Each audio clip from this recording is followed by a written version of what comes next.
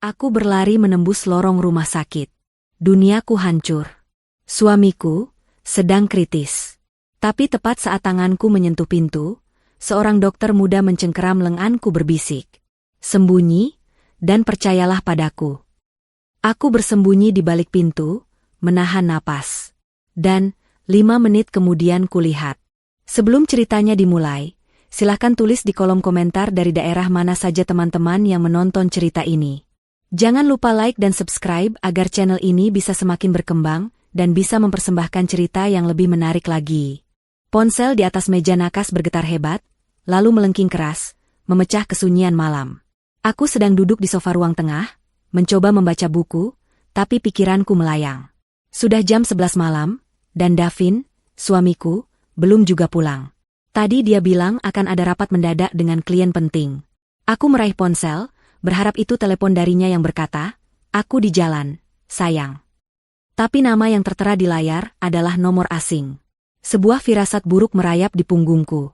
Aku mengangkatnya dengan ragu. "Halo, dengan Ibu Hilda, istri dari Bapak Davin." Suara di seberang terdengar tenang, profesional, dan dingin. "Iya, saya sendiri. Ada apa ya?" Jantungku mulai berdebar. "Kami dari rumah sakit pusat. Kami mohon ibu untuk segera datang. Bapak Davin mengalami kecelakaan lalu lintas. Kondisinya kritis." Dunia seakan berhenti berputar. Buku yang kupegang jatuh ke lantai dengan suara berdebum pelan, tapi di telingaku suara itu terdengar seperti ledakan. "Kritis? Maksud Anda apa?" Suaraku bergetar. "Pasien saat ini berada di unit perawatan intensif, ICU. Sebaiknya ibu segera ke sini." Sambungan terputus. Aku masih memegang ponsel di telinga, membeku. "ICU. Kritis. Kecelakaan." Kata-kata itu berputar-putar di kepalaku, tidak mau menyatu menjadi sebuah makna yang utuh. Ini pasti mimpi buruk. Aku menggigit bibir bawahku keras, merasakan nyeri dan asin darah. Ini nyata. Aku melompat dari sofa. Panik mulai mengambil alih. Apa yang harus kulakukan? Kunci mobil, dompet, jilbab. Aku berlari ke kamar, menyambar jilbab instan di gantungan, memakainya dengan tangan gemetar. Jarum pentulnya terasa tumpul, aku menusuk jariku sendiri, tapi aku tidak peduli. Aku menyambar tas tangan dan kunci mobil, berlari keluar apartemen tanpa mengganti daster yang kukenakan. Malam itu dingin, udara menusuk kulitku. Aku berlari ke basement, menuju mobil kami. Tanganku gemetar hebat saat mencoba memasukkan kunci ke lubang pintu. Gagal. Aku mencoba lagi. Gagal lagi. Aku menangis dalam frustrasi. "Tenang, Hilda, tenang," bisikku pada diri sendiri. Aku menarik napas dalam, menghembuskannya perlahan, dan akhirnya berhasil membuka pintu. Aku mengemudi seperti orang gila. Jalanan yang biasanya ramai kini mulai lengang. Lampu-lampu kota berkelebat di luar jendela, kabur oleh air mata yang terus mengalir. Aku terus berdoa dalam hati. "Ya Tuhan, selamatkan Davin. Jangan ambil dia. Aku belum siap. Kami punya banyak rencana. Kami baru saja akan memulai." Radio mobil mati. Yang terdengar hanya deru mesin dan isak tangisku sendiri. Aku teringat percakapan kami pagi tadi. Davin tersenyum, mengikat dasinya. Dia bilang Burhan, sahabat sekaligus rekan bisnisnya, baru saja mendapatkan proyek besar. Dia sangat bersemangat. Dia mencium keningku sebelum pergi. "Nanti malam kita rayakan," katanya. Bagaimana bisa perayaan berubah menjadi tragedi secepat ini? Rumah sakit pusat menjulang di depanku. Gedung putih raksasa yang terasa mengancam. Aku memarkir mobil sembarangan di lobi darurat, mengabaikan teriakan petugas keamanan. Aku berlari masuk. Lobi itu terang benderang, bau antiseptik dan karbol menusuk hidungku, membuatku mual. "ICU. Di mana ICU?" Tanyaku pada perawat di meja resepsionis, suaraku nyaris berteriak. Perawat itu menatapku dengan kasihan. "Lantai 5, Bu. Lewat lift di sebelah sana." Tapi jam besuk sudah. Aku tidak mendengarkan sisa kalimatnya. Aku sudah berlari menuju lift. Jantungku serasa mau copot. Setiap detik terasa seperti 1 jam. Pintu lift terbuka di lantai 5. Koridor itu sepi. Sangat sepi. Hanya ada suara dengungan pelan dari mesin-mesin yang tidak kukenali. Dindingnya dicat hijau pucat, warna yang katanya menenangkan, tapi malam ini warna itu membuatku semakin takut. Aku melihatnya. Pintu kaca besar dengan tulisan, "ICU," Di atasnya, ruang tunggu di depannya kosong. Aku berjalan mendekat. Kakiku terasa berat seperti timah. Melalui kaca, aku bisa melihat deretan tempat tidur, mesin-mesin dengan layar berkedip, dan perawat yang bergerak tanpa suara. Di salah satu pintu kamar, aku melihat nama itu. Davin Putra. Duniaku runtuh. Itu benar.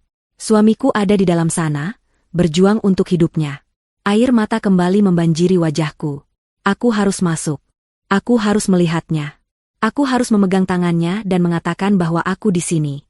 Aku mendorong tubuhku maju, tanganku terulur hendak mendorong pintu kaca berat itu. Tiba-tiba, sebuah tangan yang kuat mencengkeram lenganku. Cengkeramannya erat dan tiba-tiba. Aku terkesiap kaget, berbalik. Seorang pria muda mengenakan jas dokter putih berdiri di depanku. Wajahnya tidak kukenali. Dia terlihat muda, mungkin masih residen. Matanya menatapku tajam, penuh dengan sesuatu yang tidak bisa kubaca. Takut? Mendesak? Ibu Hilda? Tanyanya, suaranya pelan tapi tegas. Aku mengangguk kaku, terlalu kaget untuk berbicara.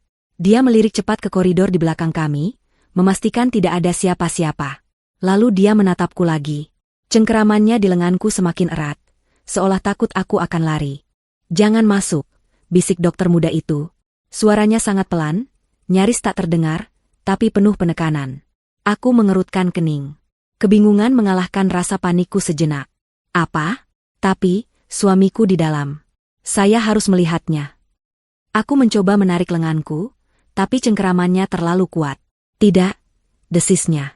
Matanya kini terlihat liar, dipenuhi ketakutan yang nyata. "Apapun yang terjadi, jangan tunjukkan dirimu. Jangan biarkan siapapun tahu ibu ada di sini malam ini." "Siapa Anda? Lepaskan saya." Aku mulai panik lagi. Apa ini? Apa yang terjadi? "Nama saya Dr. Aris. Saya salah satu residen di sini," katanya cepat, masih berbisik. Tidak ada waktu untuk menjelaskan.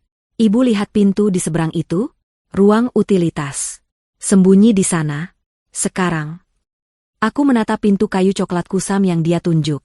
Sebuah ruangan kecil untuk menyimpan alat pel. "Anda gila? Saya tidak akan bersembunyi. Suami saya. Kalau ibu ingin suami ibu selamat, ibu akan lakukan apa yang saya katakan," potongnya tajam. Nada suaranya membuatku terdiam.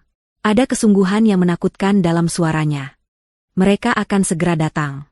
Masuk ke sana. Jangan bersuara. Apapun yang ibu lihat atau dengar, jangan keluar." "Mereka? Siapa mereka?" "Sembunyi." Dia tidak menjawab pertanyaanku. Dia mendorongku pelan tapi pasti menuju pintu ruang utilitas. Dan percayalah padaku. Entah apa yang merasukiku. Mungkin karena tatapan matanya yang putus asa. Mungkin karena nada suaranya yang begitu yakin.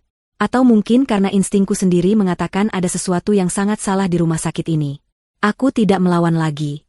Jantungku berdebar begitu kencang hingga terasa sakit di dada. Dr. Aris membuka pintu ruang utilitas itu sedikit. Bau apek dan bahan kimia pembersih langsung menerpa wajahku. Ruangan itu gelap gulita. "Masuk," perintahnya. Aku melangkah mundur ke dalam kegelapan. Rasanya seperti masuk ke dalam kuburan kecil. Dr. Aris menahan pintu agar tidak tertutup rapat, menyisakan celah yang sangat tipis, mungkin hanya selebar 1 sentimeter. Cukup untukku mengintip lorong jika aku menempelkan mataku ke celah itu. "Jangan bergerak," bisiknya sekali lagi, lalu dia melepaskan pintu. Pintu itu menutup dengan bunyi klik pelan, meninggalkanku dalam kegelapan total. Aku terdiam di belakang pintu. Aku menahan napas. Jantungku berdetak kencang di telingaku, bunyinya memekakan. Aku bisa merasakan debu di udara, membuat hidungku gatal. Aku mati-matian menahan keinginan untuk batuk. Aku menempelkan mataku ke celah pintu. Aku hanya bisa melihat sepotong kecil koridor steril di luar. Sepotong lantai linoleum yang mengkilap dan dinding hijau pucat. Waktu terasa berhenti. 1 menit berlalu. Tidak terjadi apa-apa. Mungkin dokter itu memang gila. Aku seharusnya keluar. Aku seharusnya ada di sisi Davin. 2 menit. Aku mulai gemetar. Bukan hanya karena takut, tapi juga karena dingin. Ruangan ini tidak ada pemanasnya. Aku memeluk diriku sendiri. Jilbabku terasa lembab oleh keringat dingin. 3 menit. Aku mendengar suara lift berdenting di kejauhan. Langkah kaki? Tidak. Mungkin hanya imajinasiku. 4 menit. Keraguan mulai menggerogotiku. Ini konyol. Aku, Hilda, seorang istri yang ketakutan, bersembunyi di gudang alat pel sementara suamiku kritis di ruang seberang. Atas perintah dokter asing yang bahkan tidak kutahu namanya dengan pasti. 5 menit. Tepat saat aku akan mendorong pintu untuk keluar, aku mendengarnya. Langkah kaki. Bukan langkah kaki terburu-buru seperti perawat atau dokter yang sedang darurat. Ini langkah kaki yang tenang, mantap, dan percaya diri. 2 pasang langkah kaki. Mereka datang dari arah lift. Aku menahan napas. Mataku terpaku pada celah pintu. 2 sosok pria muncul dalam bidang pandanganku yang sempit. Mereka berhenti tepat di depan pintu Icu Davin. Jantungku serasa melompat ke tenggorokanku. Aku mengenali mereka. Satu orang adalah dokter yang lebih tua, berperawakan besar, yang ku ketahui bernama Dr. Bayu. Dia adalah kepala Icu. Dia yang seharusnya menangani Davin. Dan orang yang berdiri di sampingnya adalah Burhan. Sahabat terbaik Davin. Rekan bisnisnya. Pria yang sudah kuanggap seperti kakakku sendiri. Napas lega yang hampir keluar dari mulutku tertahan. Aku mengharapkan Burhan ada di sini. Tentu saja dia harus ada di sini. Dia sahabat Davin. Tapi, ada yang aneh. Burhan tidak terlihat panik. Dia tidak terlihat sedih. Wajahnya, yang biasanya hangat dan penuh senyum, kini terlihat kaku dan dingin. Dia melirik ke sekeliling koridor yang sepi, matanya menyapu ke segala arah. Hampir saja matanya bertemu dengan celah tempatku mengintip. Aku memundurkan kepalaku sedikit, takut dia bisa merasakan kehadiranku. Dr. Bayu menggesek kartu aksesnya, dan pintu Icu terbuka dengan desisan pelan. Mereka berdua melangkah masuk. Pintu tertutup. Lorong kembali sepi. Aku berdiri dalam kegelapan, gemetar hebat. Mengapa Burhan di sini bersama kepala Icu? Mengapa Dr. Aris menyuruhku bersembunyi dari mereka? Apa yang sedang terjadi? Aku harus tahu. Aku mendorong pintu sedikit lebih lebar, sangat perlahan, agar tidak menimbulkan suara. Celahnya kini cukup lebar untuk melihat pintu kamar Davin. Pintu itu terbuat dari kaca, tapi bagian tengahnya buram. Aku hanya bisa melihat siluet. Siluet Dr. Bayu dan Burhan berdiri di samping tempat tidur. Lalu, aku melihat sesuatu yang membuat darahku serasa membeku. Sesuatu yang membuat seluruh tubuhku kaku karena horor. Aku melihat Dr. Bayu mengangkat sebuah jarum suntik. Cairannya tidak bening. Keruh. Dia tidak menyuntikannya ke lengan Davin. Dia menyuntikannya langsung ke kantong infus yang tergantung di atas tempat tidur. Burhan hanya berdiri di sana. Mengawasi. Tidak mencegah. Kemudian, Burhan mengeluarkan sesuatu dari saku jasnya. Sebuah koper kecil, mungkin lebih mirip dompet tebal atau amplop besar. Dia menyerahkannya kepada Dr. Bayu. Dr. Bayu mengambilnya, mengangguk sekilas, lalu memasukkannya ke saku jas dokternya. Aku menutup mulutku dengan kedua tangan untuk menahan jeritan yang mengancam akan meledak dari dadaku. Aku syok. Lututku lemas. Ternyata, suamiku tidak sedang diselamatkan. Dia sedang dibunuh. Dan orang yang membayarnya adalah sahabatnya sendiri.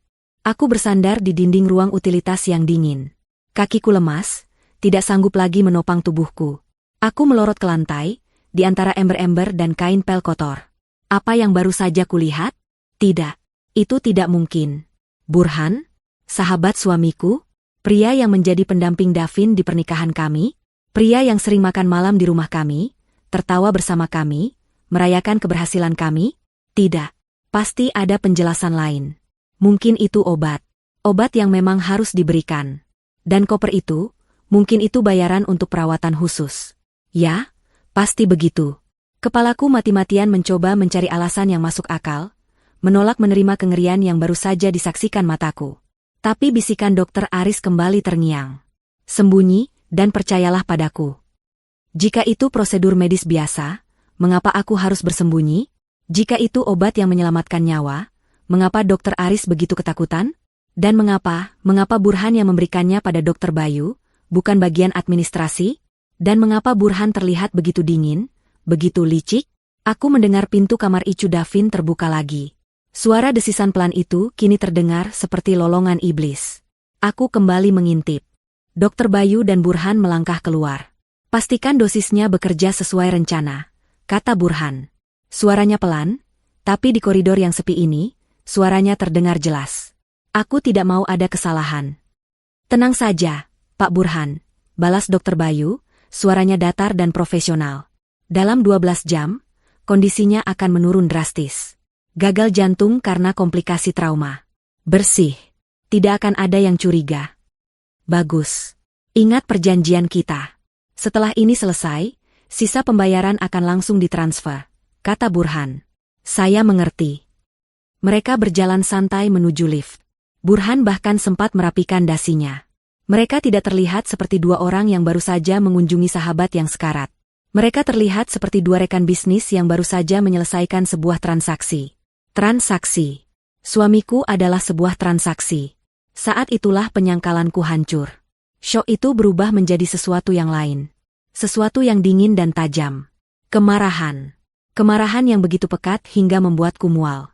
Darahku tidak lagi membeku. Darahku mendidih. Pintu lift berdenting dan menutup. Mereka pergi. Lorong kembali sepi. Beberapa detik kemudian, pintu ruang utilitas terbuka. Cahaya dari koridor menusuk mataku yang sudah terbiasa gelap. Dokter Aris berdiri di sana, wajahnya pucat pasi. Dia melihatku di lantai, gemetar, tapi bukan lagi karena takut. Anda dengar? Tanyanya pelan. Aku tidak menjawab. Aku hanya menatapnya dengan mata kering. Air mataku sudah habis.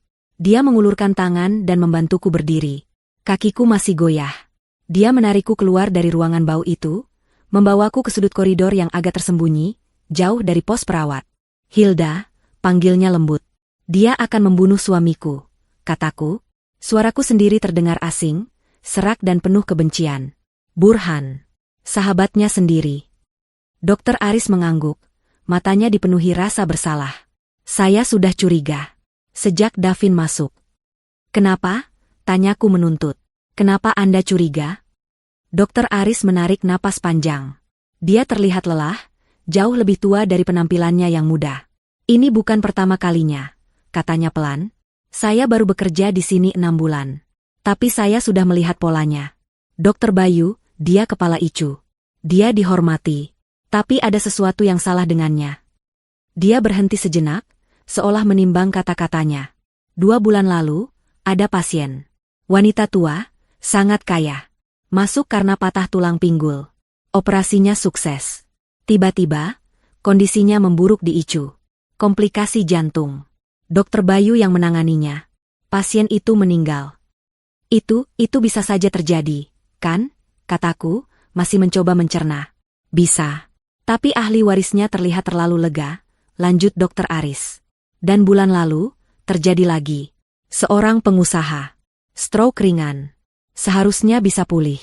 Tapi dia dipindahkan ke ICU karena tekanan darah tidak stabil.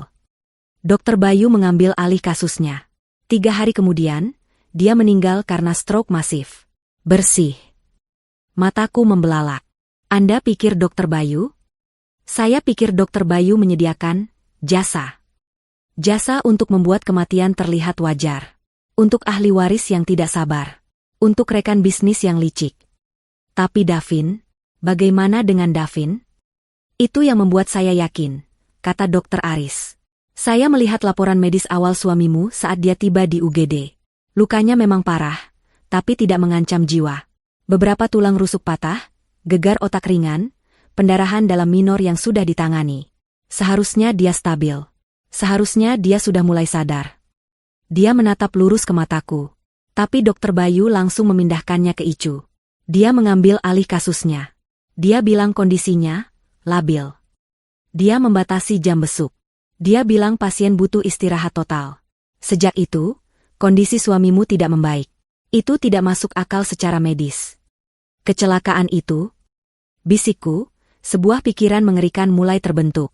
Saya yakin kecelakaan itu diatur, kata Dokter Aris, membenarkan ketakutanku. Itu hanya cara untuk membawa Davin ke sini. Ke wilayah kekuasaan Dokter Bayu. Di sini, dia bisa mengontrol segalanya. Obat yang masuk, data dimonitor. Di sini, dia bisa membunuh suamimu secara perlahan, dan menyebutnya komplikasi medis. Cairan keruh di jarum suntik. Gagal jantung dalam 12 jam. Ya, kata Dokter Aris getir. Apapun yang dia suntikan ke kantong infus itu adalah racun. Racun yang dirancang untuk bekerja lambat, untuk meniru gejala gagal jantung. Saat suamimu meninggal besok pagi, tidak akan ada yang curiga. Hanya istri yang berduka dan sahabat yang setia mengurus pemakaman. Aku mengepalkan tanganku erat. Kuku-kuku jariku menusuk telapak tanganku, tapi rasa sakit fisik itu tidak sebanding dengan rasa sakit di hatiku. Davin, suamiku yang baik hati, suamiku yang terlalu percaya pada orang. Dia sedang berbaring di sana, tak berdaya, sementara sahabat yang dia anggap saudara sedang merencanakan kematiannya. Kita tidak bisa membiarkan ini, kataku. Dokter Aris menatapku. Saya senang Anda berkata begitu. Tapi apa yang bisa kita lakukan? Dia kepala Icu. Burhan orang kaya. Siapa yang akan percaya pada kita? Pada istri yang histeris dan dokter residen baru. Mereka membuat kesalahan malam ini, kata Dokter Aris. Mereka tidak tahu Anda ada di sini. Mereka tidak tahu saya mengawasi. Dia menunjuk ke arah kamar Davin. Suntikan tadi, itu mungkin dosis pertama. Mereka harus menaikkan dosisnya, atau memberikan suntikan terakhir untuk menyelesaikannya. Mereka bilang 12 jam. Itu berarti mereka akan kembali. Mungkin saat pergantian jaga, saat situasi sedang kacau. Jadi, kita menunggu. Tidak, kata Dokter Aris. Matanya berkilat tegas. Kita tidak menunggu. Kita melawan. Dia menatapku, menilai. Saya butuh bantuan Anda, Hilda. Saya tidak bisa melakukannya sendiri. Jika saya masuk ke sana, saya akan dicurigai. Tapi Anda istrinya. Anda punya alasan untuk berada di sana. Apa yang Anda ingin saya lakukan? Tanyaku. Rasa takut itu masih ada, tapi kemarahan dan tekadku jauh lebih besar. Dokter Aris menarik sesuatu dari sakunya. Sebuah jarum suntik baru yang masih terbungkus steril, dan sebuah alat perekam digital yang sangat kecil, tidak lebih besar dari ibu jariku. Kita tidak punya banyak waktu, katanya. Kita butuh bukti. Aku menatap benda-benda di telapak tangan Dokter Aris. Sebuah jarum suntik dan alat perekam. Benda-benda kecil itu terasa sangat berat. Apa-apa ini? Tanyaku, suaraku masih bergetar. Ini adalah kesempatan kita, kata Dokter Aris. Wajahnya serius. Dia tidak lagi terlihat seperti dokter muda yang ketakutan. Dia terlihat seperti seorang pejuang. Kita butuh dua hal. Pertama, kita harus tahu apa yang mereka suntikan ke dalam infus suamimu. Kedua, kita butuh bukti bahwa mereka melakukannya dengan sengaja. Dia menyerahkan alat perekam kecil itu kepadaku. Ini perekam suara. Diaktifkan oleh suara. Saya ingin Anda menyelinap masuk ke kamar suamimu dan menempelkan ini di suatu tempat yang tersembunyi. Di bawah rangka tempat tidur. Di belakang panel mesin. Di mana saja yang tidak akan terlihat. Menyelinap masuk. Ke kamar tempat suamiku diracuni. Jantungku berdebar kencang. Kapan? Sekarang, katanya. Kita tidak tahu kapan mereka akan kembali. Kita harus bergerak cepat. Tapi perawat, bisikku. Pos perawat berada tepat di seberang kamar Davin. Mereka bisa melihat siapa saja yang masuk dan keluar. Serahkan itu padaku, kata Dokter Aris. Saya akan membuat pengalihan. Sesuatu yang akan menarik perhatian semua orang. Sesuatu yang akan mengosongkan pos perawat setidaknya selama beberapa menit. Dia lalu menyerahkan jarum suntik steril itu. Ini yang lebih penting. Dan lebih berbahaya. Dia menatap mataku lekat-lekat. Hilda, setelah Anda menanam perekam itu, Anda harus mengambil sampel cairan dari kantong infus Davin. Kantong yang baru saja mereka suntik. Dia menunjukkan caranya. Lihat kantong infus. Ada selang yang terhubung. Di dekat kantong, ada port kecil dari karet. Biasanya berwarna biru atau merah. Anda harus menusukkan jarum ini ke port itu dan menarik cairan. Sedikit saja. 1 cc sudah cukup. Dia menunjuk tanda di jarum suntik itu. Tanganku mulai gemetar lagi. Bagaimana jika saya salah? Bagaimana jika saya menyakitinya? Anda tidak akan menyakitinya, kata Dokter Aris tegas. Anda hanya mengambil sampel dari kantong, bukan menyuntik suamimu. Ini prosedur standar untuk perawat. Tapi Anda harus cepat. Dan Anda tidak boleh ketahuan. Dia mencengkeram bahuku. Dengar, jika Dokter Bayu atau perawat lain menangkap Anda melakukan ini, mereka akan bilang Anda histeris. Mereka akan bilang Anda mencoba mencelakai suamimu. Mereka bisa menahan Anda. Mereka bisa menyuntik Anda dengan obat penenang. Anda mengerti risikonya? Aku menelan ludah. Rasa takut yang dingin menjalari tulang punggungku.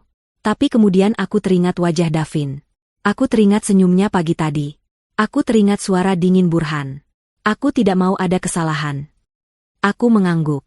Tekadku mengeras. Saya mengerti. Saya akan melakukannya. Bagus. Dokter Aris terlihat lega.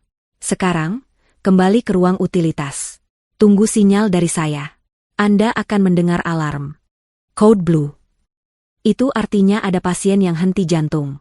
Saat Anda mendengarnya, semua orang akan berlari ke sumber suara. Saat itulah Anda bergerak. Di mana Anda akan berada?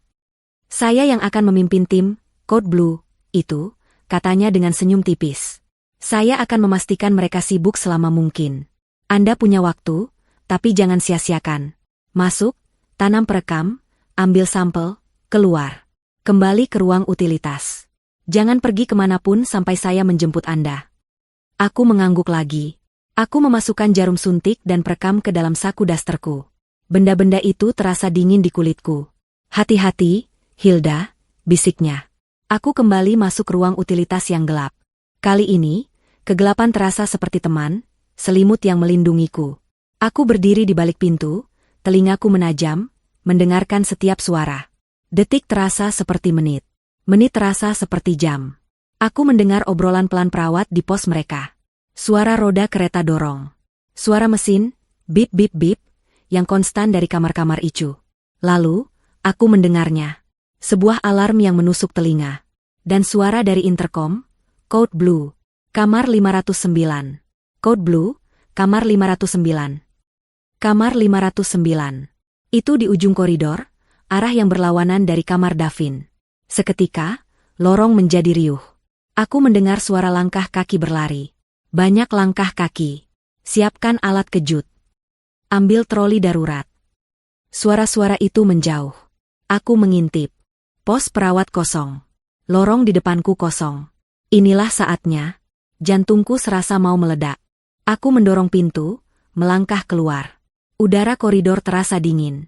Aku berjalan cepat, mencoba tidak berlari, menuju pintu kaca kamar Davin.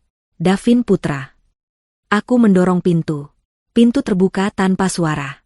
Dan aku ada di dalam. Bau antiseptik di ruangan ini lebih kuat. Dan suara mesin, bip bip bip. Monitor jantung Davin adalah satu-satunya suara di ruangan itu. Aku melihatnya. Suamiku. Terbaring di tempat tidur, pucat, tak bergerak. Wajahnya tenang, seolah sedang tidur nyenyak. Tapi ada perban melingkar di kepalanya, dan selang pernapasan tipis di hidungnya. Dia terlihat sangat rapuh. Air mata mengancam akan keluar. Tidak. Jangan sekarang, Hilda. Fokus. Aku memaksa diriku untuk bergerak. Pertama, alat rekam. Aku berlutut di lantai yang dingin, meraba-raba di bawah tempat tidur. Ada rangka logam di sana. Aku menemukan tempat yang datar, sedikit tersembunyi di dekat dinding. Aku menekan tombol rekam dan menempelkannya di sana. Selesai. Aku berdiri. Sekarang bagian yang sulit. Kantong infus. Aku melihatnya, tergantung di tiang di samping tempat tidur. Cairannya bening, tapi aku tahu Dokter Bayu telah menyuntikkan racun keruh itu ke dalamnya. Cairan itu kini mengalir pelan, tetes demi tetes, masuk ke selang, dan masuk ke pembuluh darah suamiku. Tanganku gemetar hebat saat aku mengeluarkan jarum suntik dari sakuku. Aku membuka bungkusnya. Aku melihat port karet berwarna biru di selang infus, tepat seperti yang dikatakan Dokter Aris. Maafkan aku, sayang, bisikku. Aku menahan napas. Aku membersihkan port itu dengan kapas alkohol yang sudah disiapkan Dokter Aris. Aku memegang jarum suntik. Aku harus menusuknya. Aku mendorong jarum itu masuk. Karetnya terasa alot, tapi jarumnya menembus. Aku menarik pendorong jarum suntik. Cairan bening dari selang itu terhisap masuk. 1 cc. Aku menarik jarum itu keluar. Berhasil. Aku menutupnya dengan hati-hati. Aku memegang bukti itu di tanganku. Racunnya. Aku sudah selesai. Aku harus pergi. Tapi aku tidak bisa. Aku hanya berdiri di sana, menatap wajah suamiku. Rasa cinta yang begitu besar memenuhiku, bercampur dengan amarah yang membara. Aku mengulurkan tangan, menyentuh pipinya yang dingin. Aku di sini, sayang, bisikku, suaraku pecah. Aku tahu apa yang mereka lakukan. Aku tidak akan membiarkannya. Bertahanlah. Kumohon, bertahanlah untukku. Aku membungkuk, ingin mencium keningnya. Tepat pada saat itu, aku mendengarnya. Sebuah erangan. Sangat pelan, nyaris tak terdengar di antara bunyi mesin. Haha nenen. Aku membeku. Mataku terpaku pada wajahnya. Davin, bisikku. Matanya masih terpejam rapat. Dia tidak bergerak. Tapi kemudian aku melihatnya. Sesuatu yang membuat jantungku berhenti berdetak sesaat. Dari sudut matanya yang terpejam, satu butir air mata mengalir perlahan. Mengalir di pelipisnya, membasahi rambutnya yang dekat dengan perban. Dia sadar. Dia tidak koma total. Dia terjebak di dalam tubuhnya sendiri. Dia mendengar setiap kata yang kuucapkan. Dia tahu aku ada di sini. Tiba-tiba, aku mendengar suara di koridor. Alarm palsu. Mesinnya error lagi. Suara langkah kaki. Mereka kembali. Panik melandaku. Aku harus keluar. Sekarang. Aku menatap Davin sekali lagi, air matanya masih basah di pipinya. Aku akan kembali, janjiku dalam hati. Aku berlari ke pintu, menariknya terbuka sedikit, mengintip. Koridor masih kosong, tapi aku bisa mendengar para perawat semakin dekat. Aku menyelinap keluar, berlari melintasi lorong, dan masuk kembali ke ruang utilitas. Aku menutup pintu tepat saat para perawat berbelok di tikungan. Aku bersandar di pintu, gemetar hebat. Tapi kali ini, bukan hanya karena takut. Di tanganku, aku menggenggam jarum suntik berisi bukti. Dan di hatiku, aku membawa gambaran air mata suamiku. Dia sadar. Dan dia sedang berjuang. Sekarang, aku juga akan berjuang.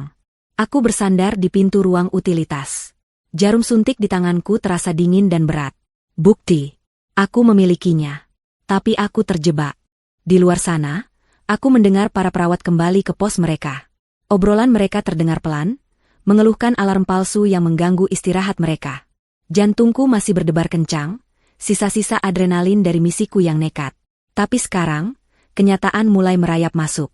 Aku ada di dalam gudang gelap, bau apek dan pembersih lantai, sementara pembunuh suamiku berkeliaran bebas di rumah sakit ini.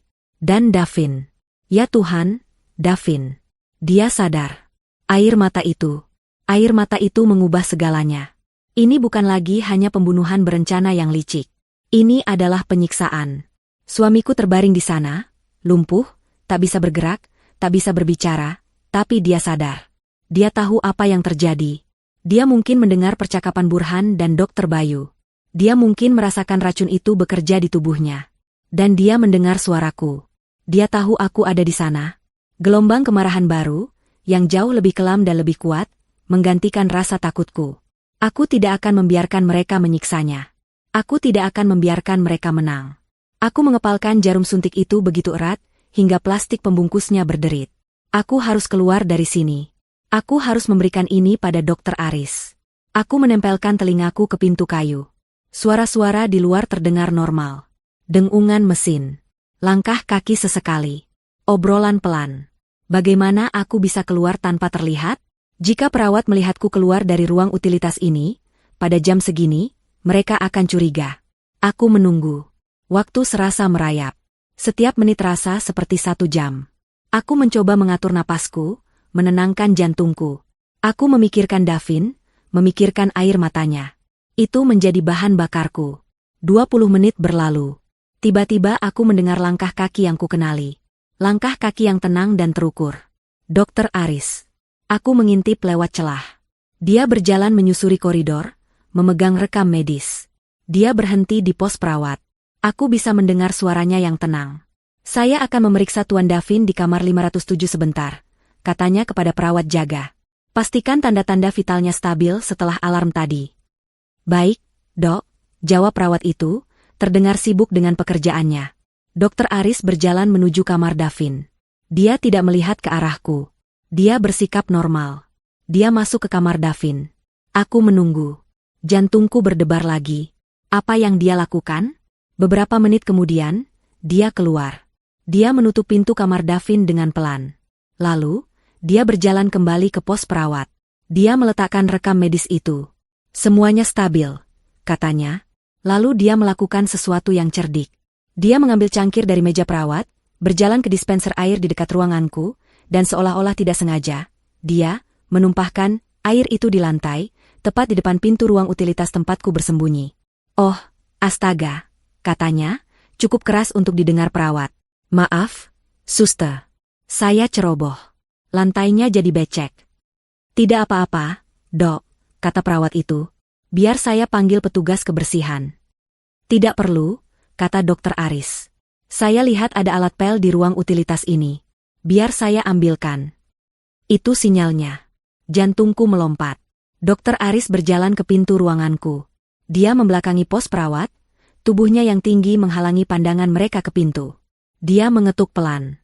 Petugas kebersihan, katanya dengan suara dibuat-buat. Dia membuka pintu sedikit. Aku sudah siap. Saat pintu terbuka selebar beberapa sentimeter, aku mendorong jarum suntik yang terbungkus itu ke tangannya. Tangannya cepat. Dia mengambilnya dan langsung memasukkannya ke saku jas dokternya dalam satu gerakan mulus.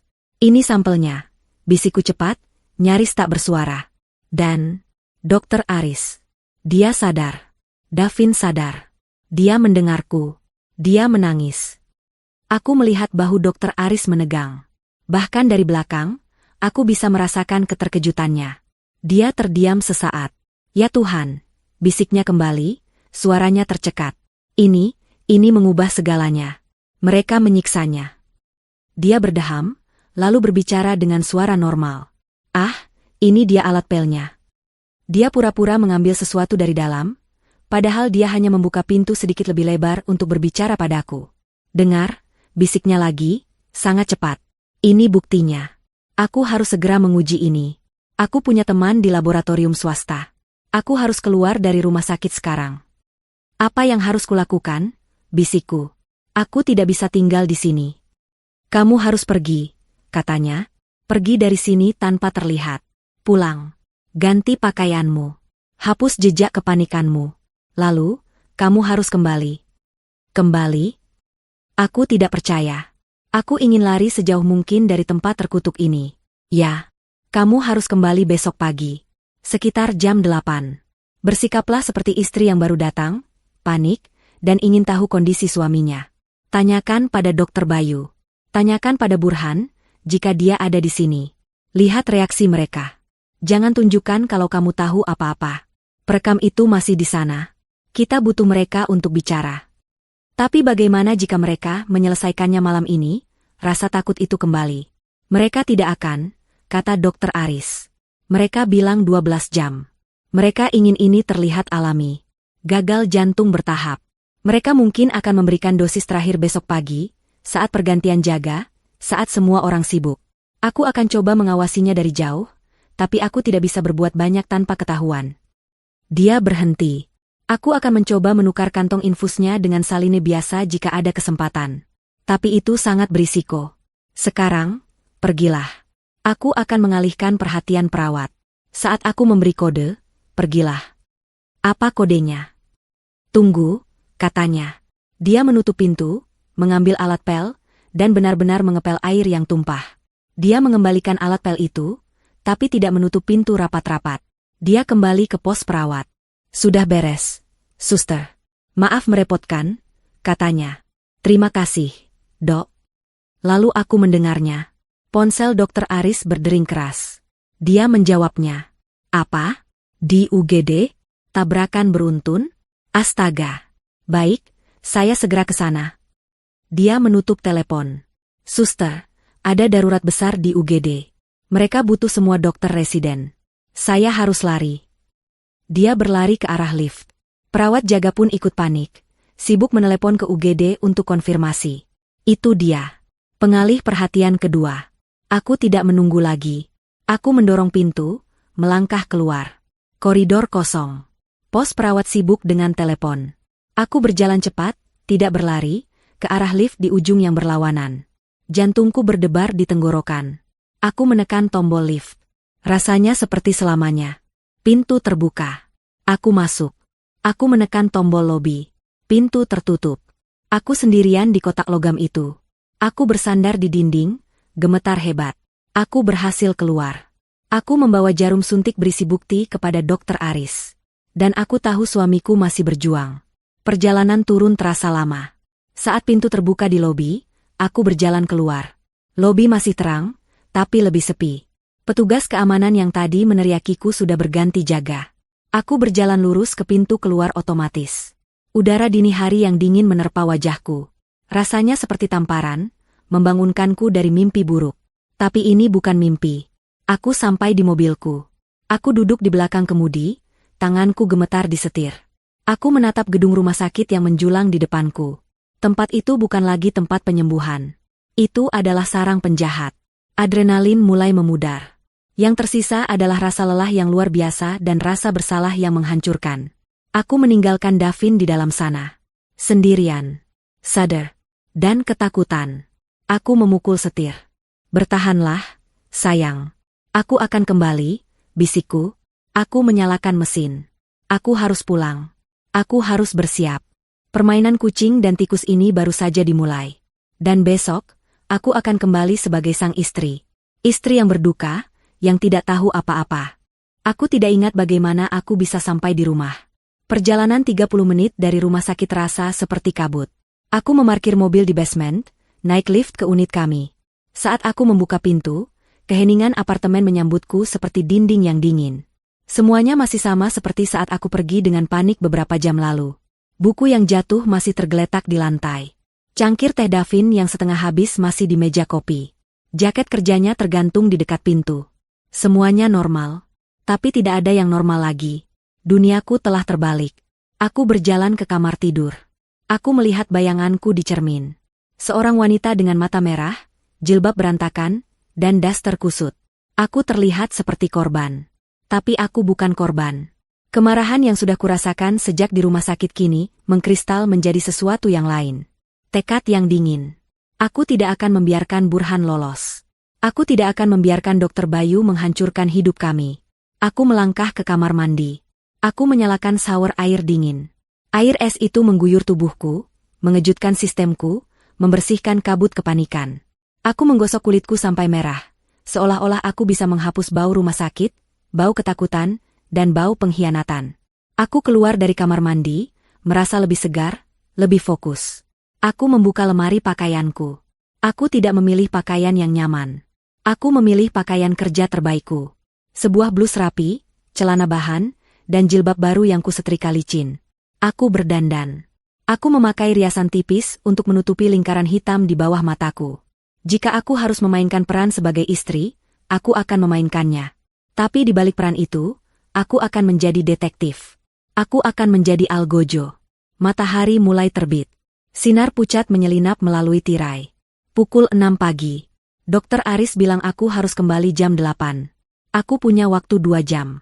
Aku tidak bisa hanya duduk dan menunggu. Dokter Aris sedang mengurus bukti fisik, racunnya. Itu adalah, bagaimana mereka melakukannya. Aku perlu tahu, mengapa. Burhan. Sisa pembayaran akan ditransfer. Itu uang untuk Dr. Bayu. Tapi apa motif Burhan? Mengapa dia mau membunuh sahabatnya sendiri? Bisnis. Pasti ada hubungannya dengan bisnis. Aku teringat percakapan kami. Davin beberapa minggu terakhir ini terlihat lebih tegang. Dia sering bekerja lembur di depan laptop, bahkan setelah pulang ke rumah. Aku bertanya ada apa, dia hanya tersenyum dan berkata, biasa, urusan kantor. Burhan dapat proyek besar, kami harus pastikan semuanya lancar. Proyek besar. Atau masalah besar? Aku mengambil kunci cadangan kantor dari laci meja kerja Davin. Kantor Davin dan Burhan. PT. Cipta Gemilang.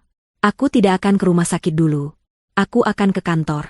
Perjalanan ke distrik bisnis terasa berbeda pagi ini. Orang-orang bergegas memulai hari mereka, minum kopi, membaca berita.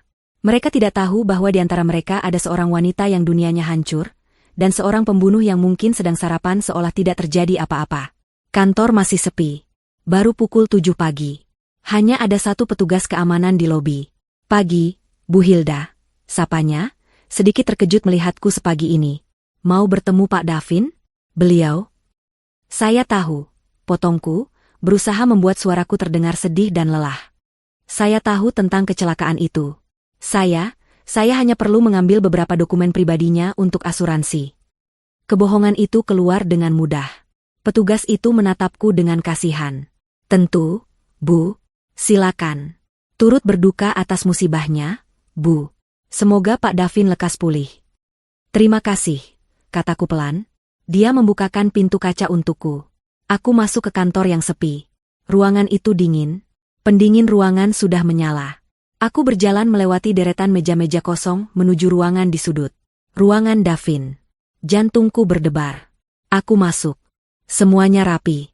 Persis seperti yang Davin tinggalkan. Sebuah foto kami berdua di hari pernikahan kami ada di atas meja. Aku memalingkan muka, menahan air mata. Fokus, Hilda. Aku duduk di kursinya. Kursi ini masih terasa hangat. Atau mungkin hanya imajinasiku. Aku menyalakan komputernya. Layar login muncul. Meminta kata sandi. Aku menarik napas. Aku mencoba tanggal pernikahan kami. Gagal. Ulang tahunku. Gagal. Ulang tahunnya. Gagal. Aku memejamkan mata. Apa kata sandi Davin? Sesuatu yang personal. Sesuatu yang hanya dia dan mungkin aku yang tahu. Aku teringat nama panggilan konyol yang dia berikan padaku saat kami pertama kali pacaran. Cahaya senja. Aku mengetiknya. Satu kata. Klik. Komputer terbuka. Napasku tercekat. Aku berhasil. Aku segera membuka program emailnya. Ratusan email masuk. Tagihan, laporan, memo. Aku menggunakan fungsi pencarian. Aku mengetik nama, Burhan. Puluhan email muncul. Korespondensi bisnis biasa. Rencana proyek. Jadwal rapat. Aku terus mencari. Pasti ada sesuatu. Lalu aku melihatnya. Sebuah folder di sisi kiri layar. Folder itu tidak bernama, proyek, atau klien. Folder itu bernama, pribadi_draft. Tanganku gemetar saat aku mengkliknya. Hanya ada satu email di dalamnya. Sebuah draft. Email itu belum terkirim. Ditujukan kepada Fahmi Rekan, pengacara perusahaan mereka. Subjek, pemberitahuan audit internal dan pemutusan kemitraan, Burhan. Jantungku serasa berhenti berdetak. Aku membuka email itu. Isinya adalah sebuah surat formal yang panjang. Menjelaskan paragraf demi paragraf. Davin menulis bahwa dia telah menemukan kejanggalan serius dalam laporan keuangan kuartal terakhir. Dia menulis bahwa dia telah menyewa auditor eksternal secara diam-diam untuk memeriksa pembukuan perusahaan selama 2 tahun terakhir. Dan hasilnya, Burhan. Burhan telah menggelapkan uang perusahaan. Tidak sedikit. Puluhan miliar rupiah. Dia memindahkannya secara bertahap ke rekening cangkang di luar negeri. Proyek besar yang selalu dia bicarakan itu fiktif. Itu hanya kedok untuk mencuci uang hasil penggelapannya. Napasku tercekat di tenggorokan. Aku terus membaca. Bagian terburuknya ada di paragraf terakhir. Davin menulis bahwa dia telah mengkonfrontasi Burhan. Kapan? Aku melihat tanggal di bagian bawah draft itu. Draft itu terakhir diubah kemarin pagi. Dia mengkonfrontasi Burhan kemarin pagi. Tepat di hari kecelakaan itu. Davin telah memberi Burhan ultimatum. Kembalikan setiap rupiahnya dalam 24 jam, atau Davin akan melaporkannya ke polisi dan dewan direksi. Kecelakaan itu adalah jawaban Burhan atas ultimatum itu. Burhan tidak pernah berniat mengembalikan uangnya. Dia berencana membungkam Davin untuk selamanya. Aku merasa mual. Aku ingin muntah. Tapi aku belum selesai. Jika Burhan membunuh Davin, apa yang akan dia dapatkan? Hanya menutupi kejahatannya? Aku kembali ke desktop. Aku mencari folder lain. Legal. Asuransi. Aku menemukannya. Asuransi bisnis. Aku membukanya. Ada beberapa polis. Asuransi gedung. Asuransi karyawan. Dan satu file PDF yang paling baru. Dibuat sebulan yang lalu. Aku membukanya. Polis asuransi jiwa kemitraan bisnis. Polis itu mengcover jiwa kedua mitra, Davin dan Burhan. Standar bisnis. Tapi aku membaca detailnya. Jika salah satu mitra meninggal dunia, seluruh saham bisnisnya akan secara otomatis dilikuidasi dan dibayarkan kepada mitra yang tersisa. Burhan tidak hanya mencoba menutupi kejahatannya. Jika Davin meninggal, Burhan akan mendapatkan segalanya. Dia akan lolos dari penggelapan, dan dia akan menjadi pemilik tunggal perusahaan kami, plus uang asuransi yang jumlahnya sangat besar. Aku mencetak email draft itu. Aku mencetak polis asuransi itu. Aku melipat kertas-kertas itu dan memasukkannya ke dalam tasku. Ini dia. Motivasinya. Aku sudah punya, bagaimana, dari Dr. Aris. Sekarang aku punya, mengapa? Aku melihat jam di dinding. Pukul 7.45. Sudah waktunya. Waktunya kembali ke rumah sakit. Waktunya untuk memulai pertunjukanku. Saat aku hendak mematikan komputer, ponselku bergetar di dalam tas. Aku mengambilnya. Nama Dokter Aris muncul di layar. Aku segera menjawabnya. Halo? Hilda, suara Dokter Aris terdengar tegang dan mendesak. Jauh berbeda dari suaranya yang tenang tadi malam. Aku sudah dapat hasil labnya. Dan, tanyaku, menahan napas. Ini buruk. Sangat buruk. Itu suksinilkolin. Dosis tinggi. Racun pelumpuh otot. Sulit dideteksi saat otopsi karena cepat terurai. Itu menjelaskan kenapa dia tidak bisa bergerak. Tapi itu tidak menghentikan otaknya. Sesuai dugaanku, mereka menyiksanya. Tapi ada masalah lain, lanjut Dokter Aris. Suaranya menjadi lebih pelan. Masalah besar. Masalah apa? Perekam yang kamu tanam di kamar suamimu. Katanya, aku baru saja memeriksanya dari jauh lewat koneksi Bluetooth di ponselku. Seharusnya sudah merekam pembicaraan perawat pagi ini. Ya? Perekamnya mati. Tidak ada sinyal. Baterainya tidak mungkin habis secepat ini. Seseorang menemukannya, Hilda. Atau mereka mematikannya. Kita kehilangan telinga kita. Ponsel itu terasa dingin di telingaku. Mati. Suaraku bergetar. Apa maksudmu mati? Baterainya penuh. Seseorang menemukannya, Hilda. Suara Dokter Aris di seberang terdengar tegang. Atau mereka menggunakan semacam detektor. Aku tidak tahu. Yang jelas, kita kehilangan telinga kita. Mereka mungkin tahu kita mengawasi. Atau setidaknya, mereka tahu seseorang mengawasi. Rasa dingin yang lebih pekat dari air shower tadi menjalari tulang punggungku. Dokumen-dokumen di tasku tiba-tiba terasa tidak ada artinya. Jika mereka tahu kami mengawasi, permainan ini selesai. Mereka akan mempercepat rencana mereka. Mereka akan membunuh Davin sekarang juga, dan punya 1001 cara untuk menutupinya. Mereka akan bilang aku histeris dan menyingkirkanku. Apa yang harus kita lakukan? Bisikku, panik. Aku melirik jam di komputer Davin. 7.50 pagi. Aku sudah terlambat. Kamu tetap harus datang, kata Dokter Aris, nadanya tegas, mencoba menenangkanku. Justru sekarang kamu harus datang. Jika kamu tidak muncul, itu akan mengkonfirmasi kecurigaan mereka. Kamu harus tetap memainkan peranmu. Istri yang berduka, bingung, dan baru saja tiba. Jangan sebut soal perekam. Jangan sebut soal audit dulu. Biar aku yang memancing. Tapi mereka akan membunuhnya, Aris. Aku sudah di rumah sakit, katanya. Aku sedang mengawasi dari jauh. Aku akan melakukan apa yang aku bisa untuk mengulur waktu. Aku sudah menukar kantong infus utamanya dengan saline murni. Tapi itu tidak akan menghentikan mereka jika mereka memutuskan untuk menyuntikkan dosis terakhir langsung ke pembuluh darahnya. Dan suksinilkolin, itu racun yang bekerja sangat cepat. Kita kehabisan waktu. Dia menarik napas. Dengar, Hilda. Bawa bukti yang kamu temukan. Bukti motif itu. Kamu pegang itu. Hasil labku adalah, bagaimananya. Kita punya semuanya. Kita hanya perlu satu hal lagi, menangkap mereka saat beraksi. Bagaimana? Pergilah ke sana. Bersikaplah seperti rencanamu. Aku akan mengawasimu. Jika aku melihat mereka mencoba sesuatu, aku akan masuk. Tapi kamu harus bersiap. Ini akan berbahaya. Sambungan terputus. Aku berdiri di kantor Davin yang sepi. Sendirian. Perekamnya mati. Dokter Aris hanya bisa mengawasi dari jauh. Aku harus masuk ke sarang singa itu sendirian, berbekal beberapa lembar kertas dan akting. Aku menarik napas dalam-dalam. Aku memikirkan air mata Davin.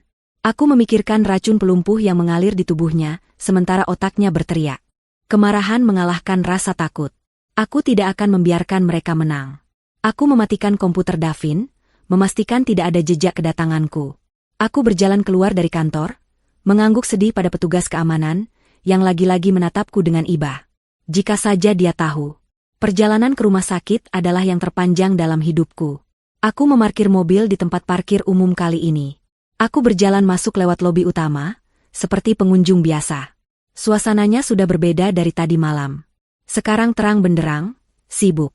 Aroma kopi dan roti dari kafetaria bercampur dengan bau antiseptik yang samar. Aku naik lift ke lantai 5. Saat pintu terbuka, pemandangan itu menyambutku lagi. Lorong Icu.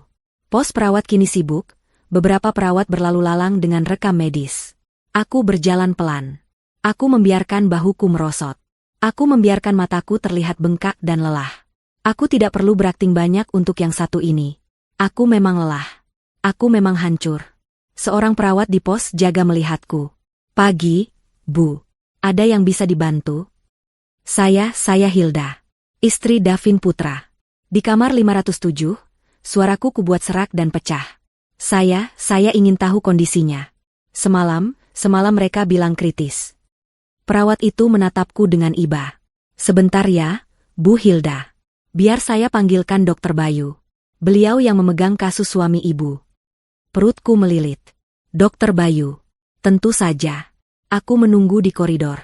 Setiap detik terasa seperti jarum yang menusuk kulitku. Aku melihat ke pintu kamar Davin. Pintu itu tertutup rapat. Kaca buramnya seolah mengejekku. Apakah dia masih di sana? Apakah dia masih hidup? Ibu Hilda? Aku berbalik. Dokter Bayu berdiri di sana. Dia mengenakan jas dokternya yang putih bersih. Wajahnya tenang, menunjukkan ekspresi simpati yang terlatih. Dia terlihat seperti dokter yang kompeten dan peduli. Dia terlihat seperti pembohong ulung. Dokter, kataku, suaraku bergetar. Bagaimana suami saya? Dokter Bayu menghela napas panjang. Dia memasang wajah sedih. Ibu Hilda, saya turut prihatin. Sebaiknya ibu duduk dulu. Dia menunjuk ke kursi di ruang tunggu. Tidak. Katakan saja. Saya kuat. Dia menatapku, seolah menilai. Kondisi Pak Davin, sayangnya, memburuk tadi malam. Kami sudah berusaha semaksimal mungkin, tapi trauma di kepalanya sepertinya menyebabkan komplikasi serius. Komplikasi apa? Tanyaku, mencengkeram tali tasku erat. Jantungnya, Bu, katanya dengan nada muram. Menunjukkan tanda-tanda gagal jantung akut. Tekanan darahnya terus menurun. Kami sudah memberikan obat-obatan terbaik, tapi... Dia menggelengkan kepalanya pelan. Dia berbohong. Dia berbohong tepat di depan wajahku. Gagal jantung yang dia ciptakan sendiri. Saya tidak mengerti, kataku, memainkan peranku. Semalam UGD bilang lukanya tidak mengancam jiwa. Bagaimana bisa tiba-tiba gagal jantung? Trauma seperti ini tidak bisa diprediksi, Bu Hilda. Tubuh bisa bereaksi dengan cara yang tidak terduga. Kami. Hilda. Sebuah suara memotong ucapan Dokter Bayu. Aku berbalik. Burhan berjalan cepat ke arah kami. Wajahnya. Ya Tuhan, wajahnya adalah sebuah mahakarya. Dia terlihat lelah, matanya merah, rambutnya acak-acakan seolah dia tidak tidur semalaman. Dia terlihat persis seperti sahabat yang hancur karena musibah. Hilda, kamu akhirnya datang. Katanya, suaranya serak. Dia langsung memelukku. Aku menegang. Aku ingin berteriak. Aku ingin menusuk punggungnya dengan pulpen. Aku ingin muntah. Tubuh pembunuh suamiku sedang menyentuhku. Aku membiarkannya. Aku memaksakan diriku untuk menangis di bahunya. Tangisan itu sebagian besar adalah kemarahan murni. Burhan, Davin, Dokter Bayu bilang. Aku tahu. Aku di sini dari semalam. Katanya, mengelus punggungku. Pembohong. Aku tahu dia pergi setelah menyuntikkan dosis pertama. Aku tidak tega meninggalkan Davin. Dia melepaskan pelukannya, tapi tetap memegang bahuku. Dia menatapku dengan mata, bersimpati. Kamu harus kuat, Hilda. Untuk Davin. Apa yang sebenarnya terjadi? Tanyaku, menatap langsung ke matanya, lalu beralih ke Dokter Bayu. Saya bingung. Semuanya terjadi begitu cepat. Dokter Bayu hendak berbicara, tapi aku memotongnya. Aku harus mengambil risiko. Aku harus melihat reaksi mereka. Aku menatap Burhan. Burhan kemarin pagi. Sebelum kecelakaan. Davin bilang dia mau bicara penting sekali sama kamu. Katanya soal audit perusahaan. Aku mengatakannya. Keheningan yang terjadi setelahnya begitu pekat hingga aku bisa mendengarnya. Wajah Dokter Bayu mengerut bingung. Dia tidak tahu apa-apa soal ini. Tapi wajah Burhan membeku. Hanya sedetik. Senyum sedihnya membeku di tempat. Matanya yang lelah, tiba-tiba menajam. Pupil matanya melebar. Dia membeku. Itu dia. Dia pulih dengan cepat. Dia tertawa kecil, tawa yang terdengar kering dan dipaksakan. Audit? Hilda, kamu pasti salah dengar. Davin mungkin bilang, proyek. Kami sedang sibuk sekali. Aduh, kamu ini, di saat seperti ini kok kepikiran pekerjaan. Dia mencoba meremehkannya. Tapi aku melihatnya. Aku melihat kepanikan di matanya. Tidak, kataku, sedikit lebih tegas. Dia bilang audit. Dia terlihat sangat serius. Burhan. Dia bilang. Hilda, potong Burhan, kali ini suaranya lebih tajam, tidak lagi lembut. Cukup. Suamimu sedang berjuang untuk hidupnya di dalam sana. Dan kamu mau membahas pekerjaan? Kamu pasti sangat lelah dan syok. Dia memberi isyarat pada Dr. Bayu. Sebuah isyarat yang sangat cepat. Sebuah lirikan mata. Dr. Bayu, yang sedari tadi mengamati kami, langsung mengerti. Wajah profesionalnya kembali. Pak Burhan benar, Bu Hilda. Anda mengalami syok berat. Wajar jika pikiran Anda kacau. Dia melangkah lebih dekat. Suster, panggilnya ke pos perawat. Tolong bawakan Bu Hilda segelas air. Dan mungkin sedikit penenang ringan, untuk membantu beliau lebih rileks. Mereka mencoba membungkamku. Mereka pikir aku histeris. Mereka pikir aku tidak tahu apa-apa. Mereka salah. Saya tidak butuh penenang, kataku, suaraku naik. Saya butuh jawaban. Burhan dan Dr. Bayu saling pandang lagi. Kali ini, tidak ada lagi simpati di mata Burhan. Hanya ada kalkulasi dingin. Dia tahu aku tahu sesuatu. Perekam yang mati itu, mungkin bukan perawat yang menemukannya. Mungkin Burhan yang menyuruh seseorang memeriksanya setelah aku menyebut kata, audit. Mereka dalam bahaya. Dan mereka tahu itu. Aku harus keluar dari situasi ini. Aku harus bertemu Aris. Tapi sebelum aku bisa bergerak, aku melihat Dr. Bayu berbalik, membelakangiku sejenak, dan berbicara pelan pada Burhan. Aku punya pendengaran yang tajam. Dan di lorong yang tegang ini, bisikan mereka terdengar jelas. Dia tahu. Entah bagaimana, bisik Dr. Bayu, suaranya mendesak. Lalu apa? Balas Burhan, dingin. Kita tidak bisa mengambil risiko, kata Dr. Bayu. Kita harus selesaikan ini. Sekarang. Berikan dosis terakhir. Buat itu terlihat seperti henti jantung masif. Salahkan syoknya. Jantungku berhenti. Dosis terakhir. Mereka akan melakukannya sekarang. Tidak. Jeritan itu keluar dari mulutku sebelum aku bisa menahannya. Suaraku menggema di lorong steril itu. Perawat di pos jaga mengangkat kepala, terkejut. Beberapa orang di ruang tunggu keluarga di ujung koridor mengintip keluar. Burhan dan Dr. Bayu berbalik menghadapku. Wajah mereka kaget sesaat karena ledakanku. Hilda, tenanglah, kata Burhan, mencoba mengambil langkah ke arahku, mencoba meraih lenganku lagi. Wajah palsunya kembali terpasang. Jangan sentuh aku. Aku mundur selangkah. Tanganku gemetar, tapi bukan karena takut. Itu karena amarah yang meluap. Kalian membunuhnya? Kalian berdua? Mata Dr. Bayu menyipit. Bu Hilda, Anda histeris. Anda membuat keributan di ICU. Suster, panggil keamanan. Panggil saja, teriakku. Panggil polisi. Panggil semua orang. Biar mereka tahu apa yang kalian lakukan. Ini adalah pertaruhan. Aku tidak tahu di mana Dr. Aris. Aku tidak tahu apakah rencananya masih berjalan. Tapi aku tahu satu hal, aku tidak bisa membiarkan Dr. Bayu masuk ke kamar itu. Aku harus mengulur waktu. Apa yang kamu bicarakan, Hilda? Suara Burhan kini dingin, tidak ada lagi kepura-puraan.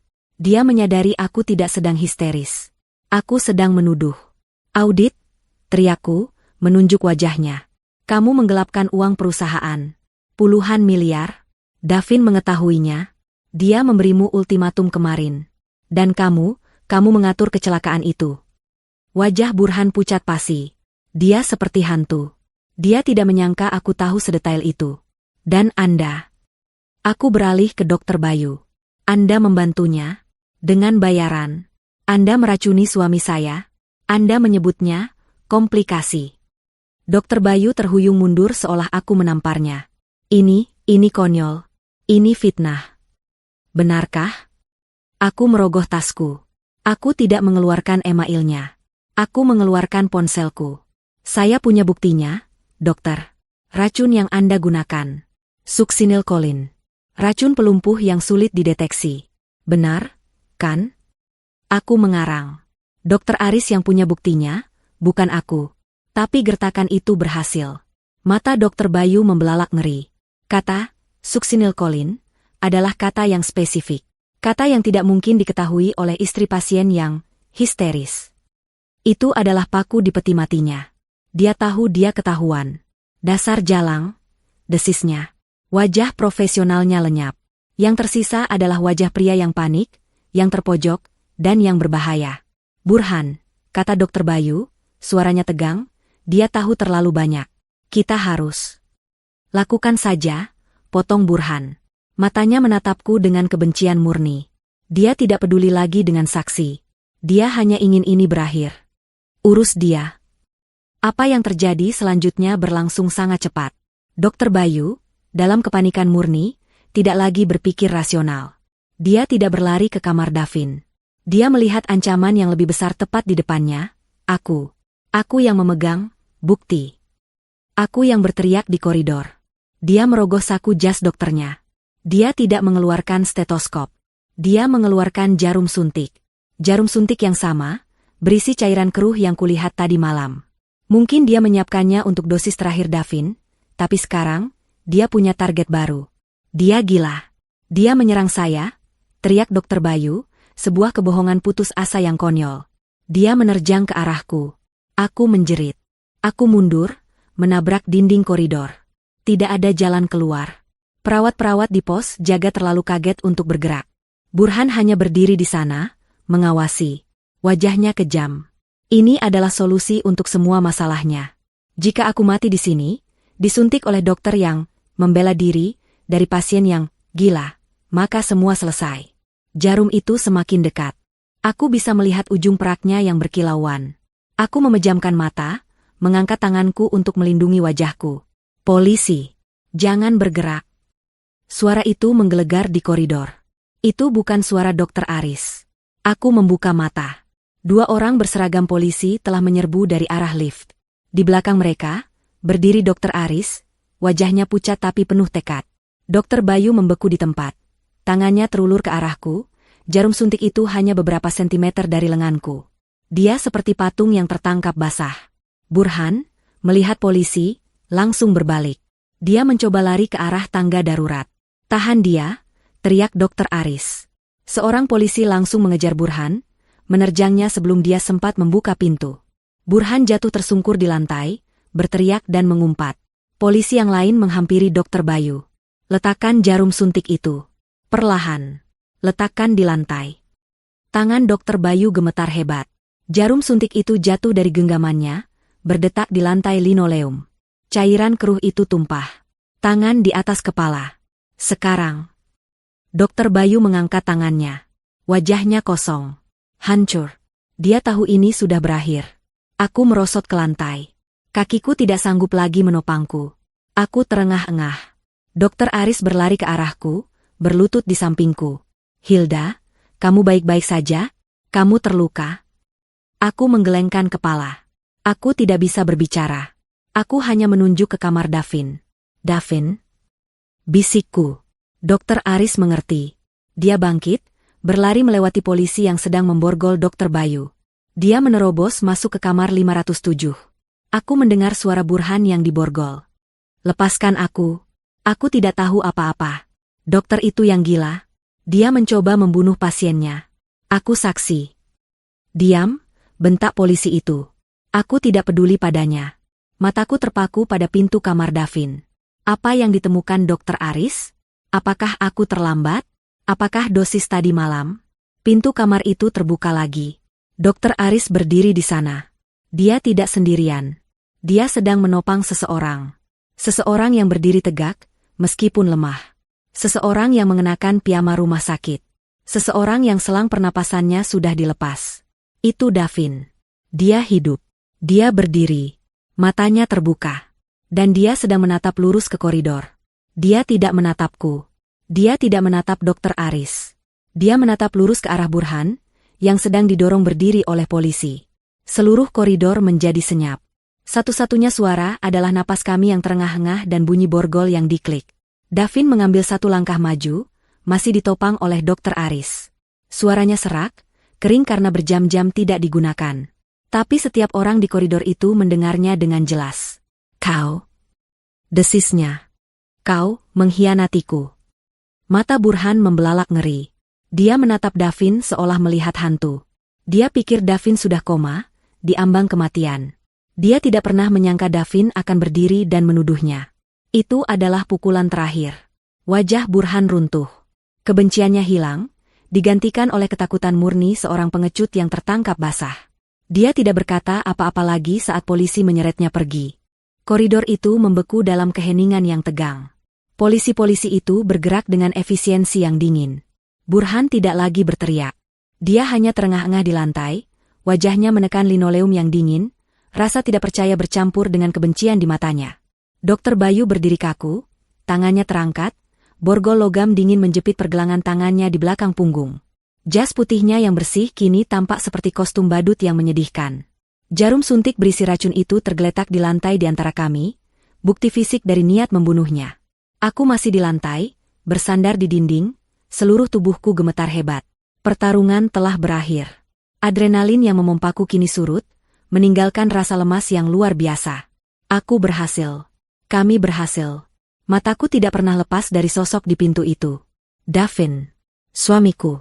Dia masih berdiri, ditopang oleh Dokter Aris. Dia terlihat sangat kurus, pucat seperti mayat, tapi matanya menyala dengan api yang belum pernah kulihat sebelumnya. Napasnya pendek-pendek. Dia telah menggunakan sisa-sisa kekuatannya untuk satu kalimat terakhir yang menghakimi itu. Davin, bisikku. Nama itu keluar seperti embusan napas. Saat polisi mulai menyeret Burhan dan Dokter Bayu pergi, Burhan menoleh sekali lagi. Matanya bertemu dengan mata Davin. Tidak ada penyesalan di sana. Hanya ada kekalahan yang pahit. Kau seharusnya mati saja, desisnya. Polisi itu mendorongnya maju. Jalan. Mereka menghilang di tikungan menuju lift, dibawa pergi untuk mempertanggungjawabkan perbuatan mereka. Lorong itu perlahan kembali terisi dengan suara-suara. Para perawat yang kaget mulai berbisik. Pasien dari kamar lain mengintip. Tapi aku tidak mendengar mereka. Aku hanya melihat Davin. Kakinya gemetar. Dia hampir jatuh. Dokter Aris dengan sigap memegangnya. Suster, bawa kursi roda. Cepat. Aku bangkit. Kakiku goyah, tapi aku memaksanya bergerak. Aku berlari 3 langkah terakhir itu dan menerjangnya. Aku memeluk suamiku. Aku bisa merasakan tulang-tulangnya di balik piyama rumah sakit yang tipis. Dia terasa rapuh, tapi dia hangat. Dia hidup. Davin, Davin. Aku menangis. Bukan tangisan kemarahan atau ketakutan lagi. Itu adalah tangisan lega yang meluap, yang begitu dalam hingga rasanya menyakitkan. Aku membenamkan wajahku di dadanya, menghirup aroma rumah sakit dan aroma tubuhnya yang samar. Dia mengangkat satu tangannya yang gemetar. Tangannya terasa lemah, tapi dia berhasil membelai jilbabku. Hilda. Suaranya serak. Kamu menyelamatkanku. Aku mendengarmu, katanya lagi, pelan. Di dalam kegelapan. Aku mendengar suaramu. Seorang perawat datang dengan kursi roda. Dengan bantuan Dokter Aris, kami mendudukkan Davin. Dia terkulai lemas, matanya terpejam. Dia kehabisan tenaga. Dia tidak apa-apa, tanyaku panik pada Dokter Aris. Dia kelelahan, kata Dokter Aris. Napasnya juga terengah-engah. Antidotnya bekerja, tapi tubuhnya sudah melalui siksaan berat. Dia diracuni selama berjam-jam. Kita harus membawanya ke kamar yang aman. Jauh dari sini. Dokter Aris mendorong kursi roda itu. Aku berjalan di sampingnya, tanganku tidak pernah melepaskan tangan Davin. Kami melewati pos perawat yang kini dipenuhi polisi lain yang mengambil alih tempat kejadian. Dokter Aris membawa kami ke sebuah kamar perawatan pribadi di sayap yang berbeda. Kamar itu bersih, tenang, dan jendelanya menghadap taman. Kami memindahkan Davin ke tempat tidur. Dokter Aris segera memeriksa tanda-tanda vitalnya. Dia memasang infus baru. Kali ini, aku tahu isinya hanya saline dan vitamin. Dia stabil, kata Dokter Aris. Denyut jantungnya kuat, meskipun lambat. Dia hanya perlu istirahat. Dia perlu pulih. Aku duduk di kursi di samping tempat tidur. Aku menggenggam tangan Davin. Terima kasih, kataku pada Dokter Aris. Aku tidak tahu harus berkata apa. Kamu menyelamatkan kami. Dokter Aris duduk di kursi lain. Dia tampak lelah. Kita menyelamatkannya bersama, katanya. Dia menatap Davin yang tertidur. Saat kamu bilang dia menangis, saat aku tahu dia sadar, itu mengubah segalanya. Itu bukan lagi malpraktik. Itu penyiksaan. Bagaimana kamu bisa datang tepat waktu? Dengan polisi? Tanyaku. Aku pikir kita sudah kalah saat perekam itu mati. Dokter Aris menarik napas panjang. Itu adalah jam-jam terpanjang dalam hidupku. Setelah aku mendapat hasil lab, aku tahu kita punya bukti pembunuhan. Succinylcholine. Itu sangat spesifik. Tapi saat aku sadar perekam itu mati, aku panik. Aku tahu mereka menyadari sesuatu. Aku tahu Burhan tidak akan main-main. Dia akan mempercepat rencananya. Dia melanjutkan, aku tidak bisa mempercayai keamanan rumah sakit. Dokter Bayu adalah dewa di sini. Aku langsung lari keluar. Aku tidak menelepon polisi. Aku mengemudi langsung ke kantor polisi pusat. Mereka langsung percaya padamu. Tidak, katanya getir. Awalnya tidak. Mereka pikir aku dokter gila yang punya dendam pribadi. Tapi aku tidak menyerah. Aku berteriak di lobi. Aku menunjukkan hasil lab.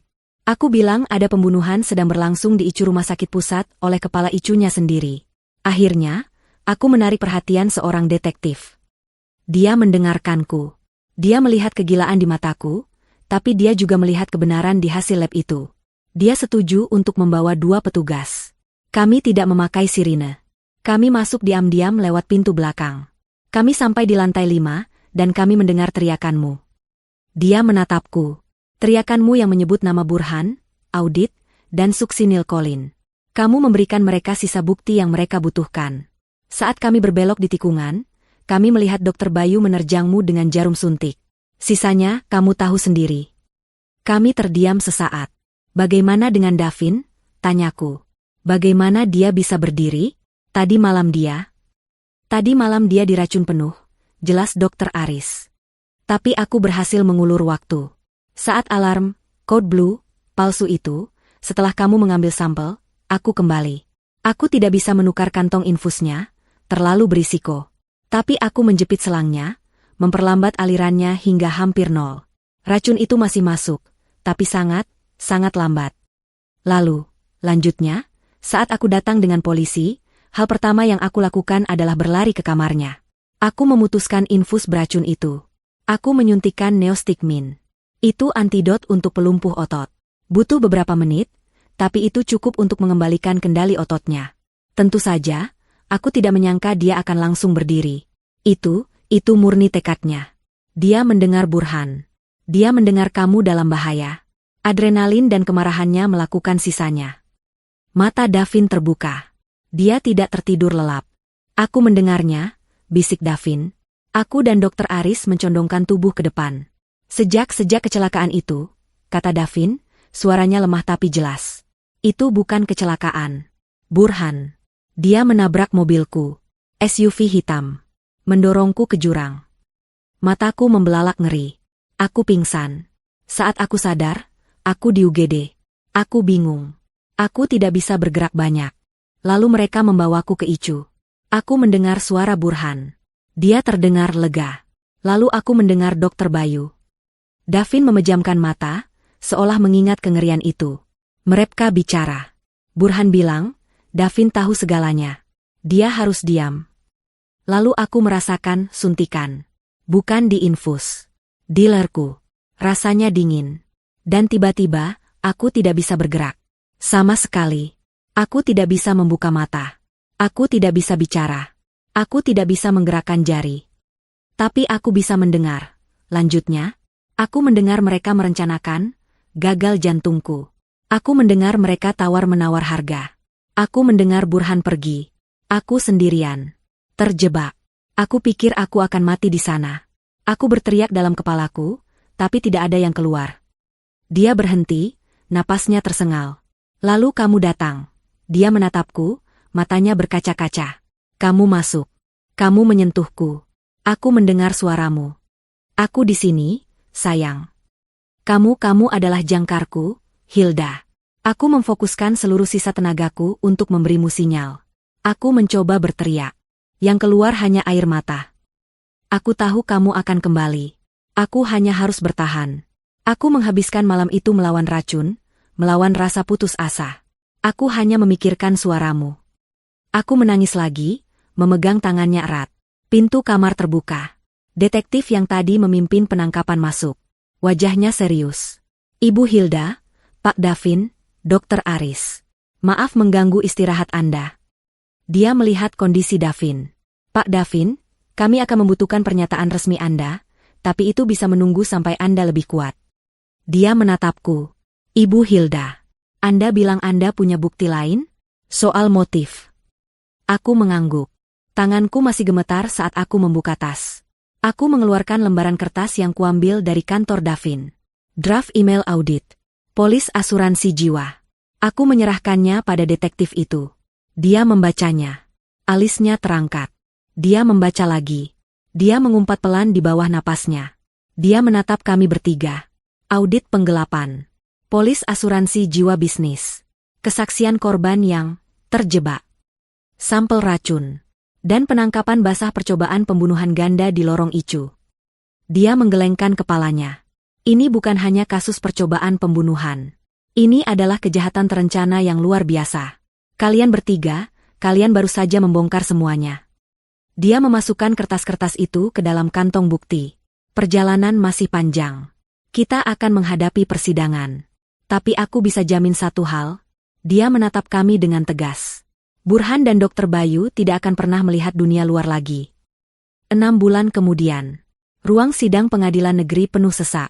Udara terasa tegang. Kilatan kamera menyambut kami saat aku, Davin, dan Dr. Aris berjalan masuk. Davin tidak lagi di kursi roda. Dia berjalan dengan bantuan tongkat, langkahnya mantap. Setiap langkah adalah kemenangan melawan racun yang hampir merenggut nyawanya. Aku berjalan di sampingnya, jilbabku rapi, kepalaku tegak. Dr. Aris berjalan di belakang kami, tenang dan profesional. Kami bukan lagi korban yang bersembunyi. Kami adalah saksi. Persidangan ini telah menjadi berita utama nasional. Skandal Icu, dan pengkhianatan sang sahabat. Burhan dan Dr. Bayu duduk di kursi pesakitan. Burhan, dengan tim pengacara mahal, masih berusaha terlihat arogan, mengenakan setelan jas terbaiknya.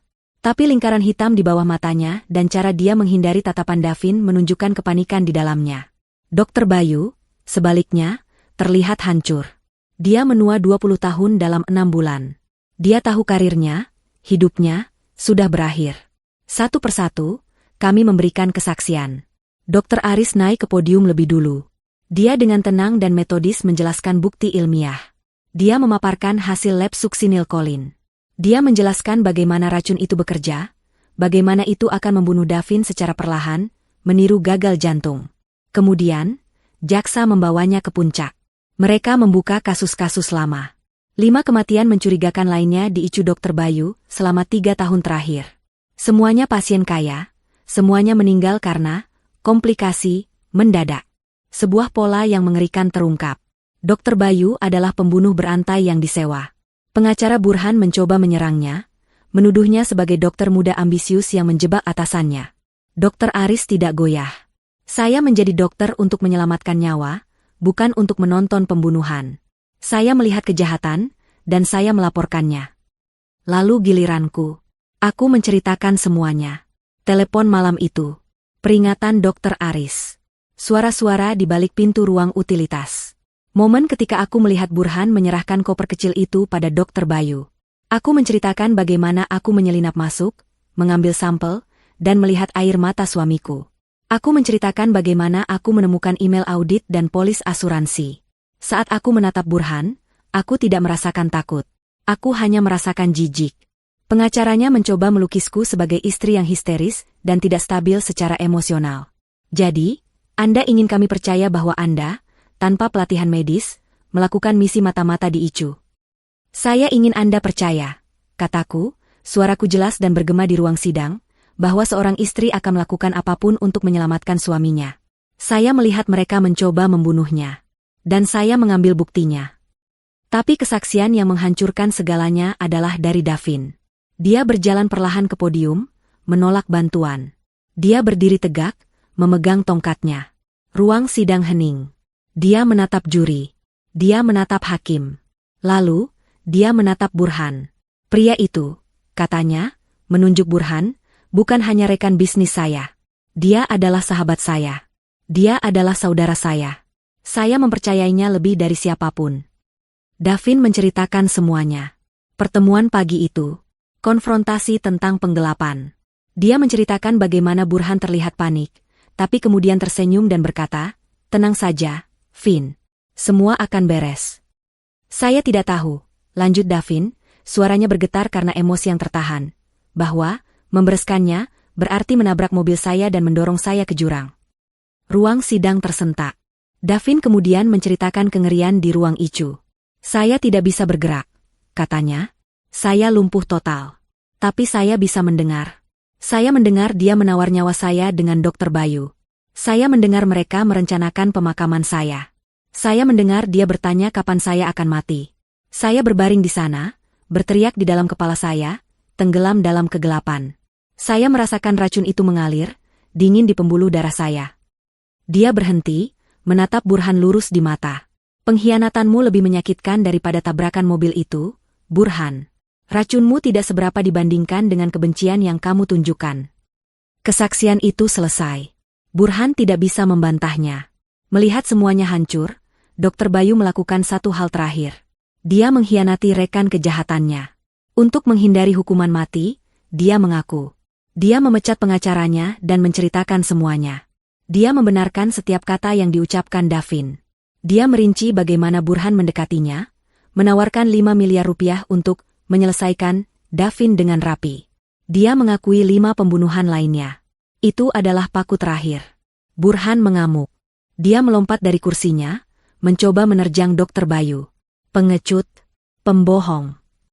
Dia berteriak, topeng arogansinya hancur berkeping-keping, menunjukkan monster di dalamnya. Petugas keamanan harus membantingnya ke lantai. Hari putusan. Hakim tidak berbasa-basi. Dr. Bayu, atas pengakuannya, dihindarkan dari hukuman mati, tetapi dijatuhi hukuman penjara seumur hidup tanpa kemungkinan pembebasan bersyarat.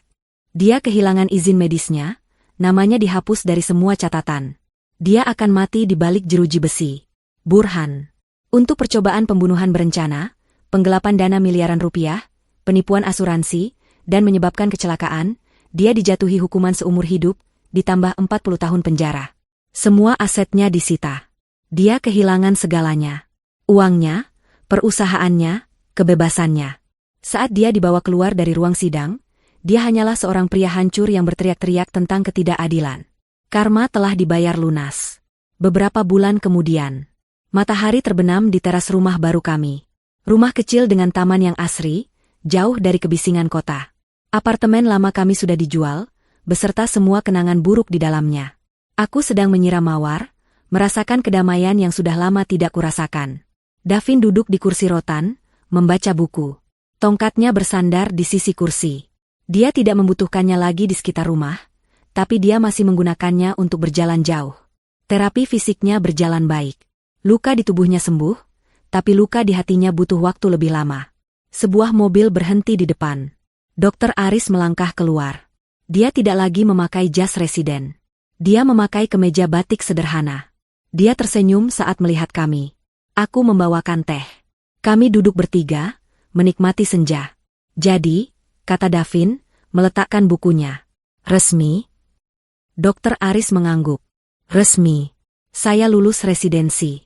Dan mulai bulan depan, saya resmi menjadi Kepala Komite Etik dan Pengawasan Mutu di Rumah Sakit Pusat. Dewan Direksi yang baru sangat serius ingin membersihkan nama baik rumah sakit. Mereka memilih orang yang tepat, kataku tulus. Dan kamu? Tanya Dr. Aris pada Davin. Davin tersenyum. Senyum tulus pertama yang kulihat dalam berbulan-bulan. Perusahaan bangkrut. Tapi aku menyelamatkan sebagian aset yang tidak disentuh Burhan. Aku memulainya lagi. Dari nol. PT. Cipta Gemilang? Tanya Aris. Bukan, kata Davin, tangannya meraih tanganku. Namanya PT. Cahaya Senja. Aku tersenyum, hatiku menghangat. Kami duduk dalam keheningan yang nyaman, memandangi langit yang berubah warna dari oranye menjadi ungu. Perjalanan kami sangat berat. Kami telah melihat sisi tergelap dari sifat manusia. Pengkhianatan, keserakahan, dan kekejaman. Tapi kami juga melihat sisi terbaiknya. Keberanian, kesetiaan, dan keadilan. Kami selamat. Kami berdua hidup. Dan di depan kami, di bawah cahaya senja yang damai, terbentang kehidupan baru. Kehidupan kedua yang kami perjuangkan dengan sekuat tenaga.